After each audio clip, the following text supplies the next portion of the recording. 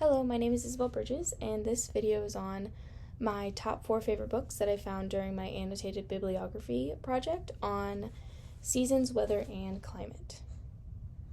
Winter is Coming by Toni Johnson is a story about a girl observing what's happening outside as the seasons are changing.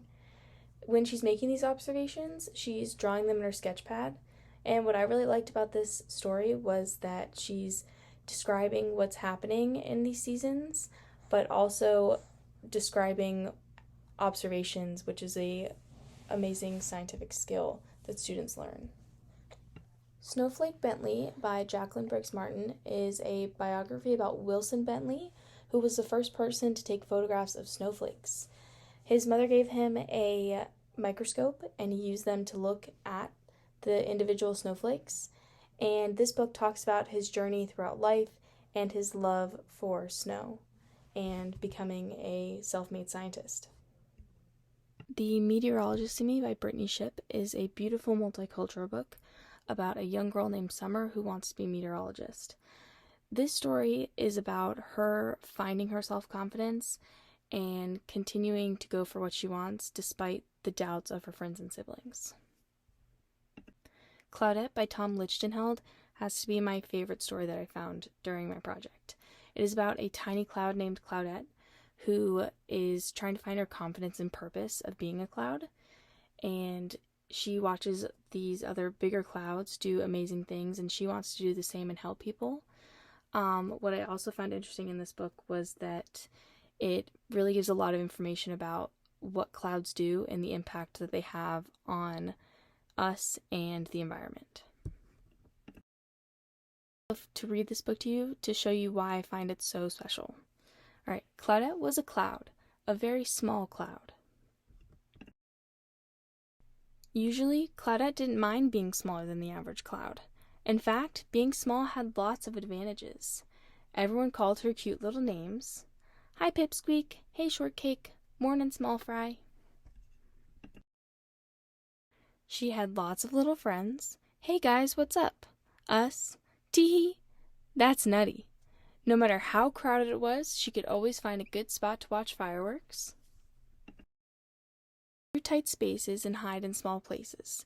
And she even had a special little space that always made her feel cozy at night.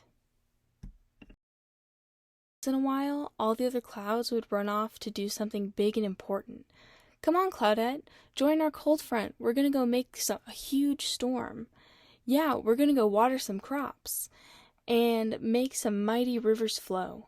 No thanks, I'll just watch from here. Claudette could see them in the distance, doing all sorts of important cloud things. This made her want to do big and important things too. She wanted to make a garden grow. She wanted to make a brook babble. She wanted to make a waterfall fall. And she thought nothing would be more fun than giving some kids a day off from school. One night, Claudette lay awake wondering what she could do that was big and important. She thought maybe she could work for the fire department. Sorry, we just got a brand new pumper truck. Or maybe they need some help down at the garden center. Sorry, these plants take tons of water. But nobody seemed to need her. Sorry, it's all done by machines. Claudette was feeling blue. The next day, there was a big storm in Claudette's neighborhood. The sky got dark, the rain came down like cats and dogs, and the wind blew harder than she'd ever seen wind blow before. When the storm finally stopped, Claudette realized she'd been blown far away from her neighborhood. She didn't know anyone here. Hello? Hi? Howdy? How you doing? And they didn't seem eager to get to know her.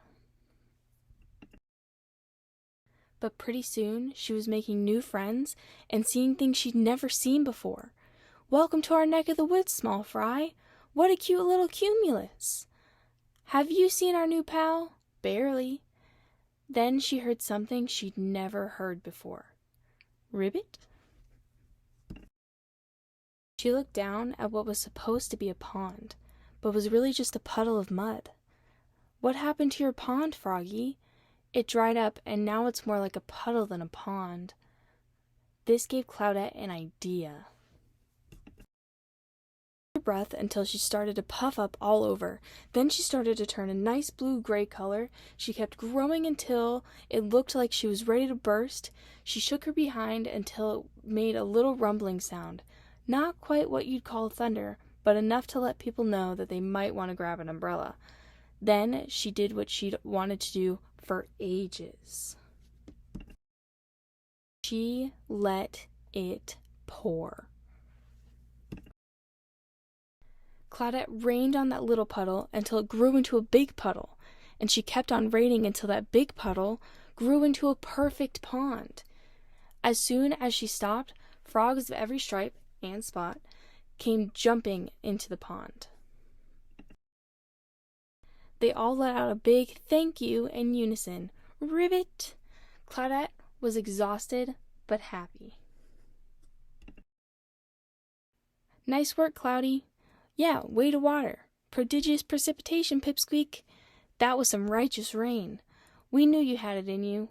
Even the higher-ups were impressed, which got her thinking. I bet there are other big and important things a little cloud could do. And off she went. The end. Here are some reasons why I absolutely recommend reading Claudette. First of all, it sends such an important message. Claudette is such a brave and confident Cloud by the end of this book. Before, she didn't really believe in herself and her abilities, but at the end she really did find her purpose. And the next is that it teaches characteristics and impacts of clouds in a really fun way. Along Claudette's story, they talk about many different things that clouds do. One example is the pond. So when clouds rain, it might develop a pond for other creatures to live in, like the frogs. And finally, it has some amazing illustrations that I think are really fun for kids. All right, and that is it for me. Thank you all for watching.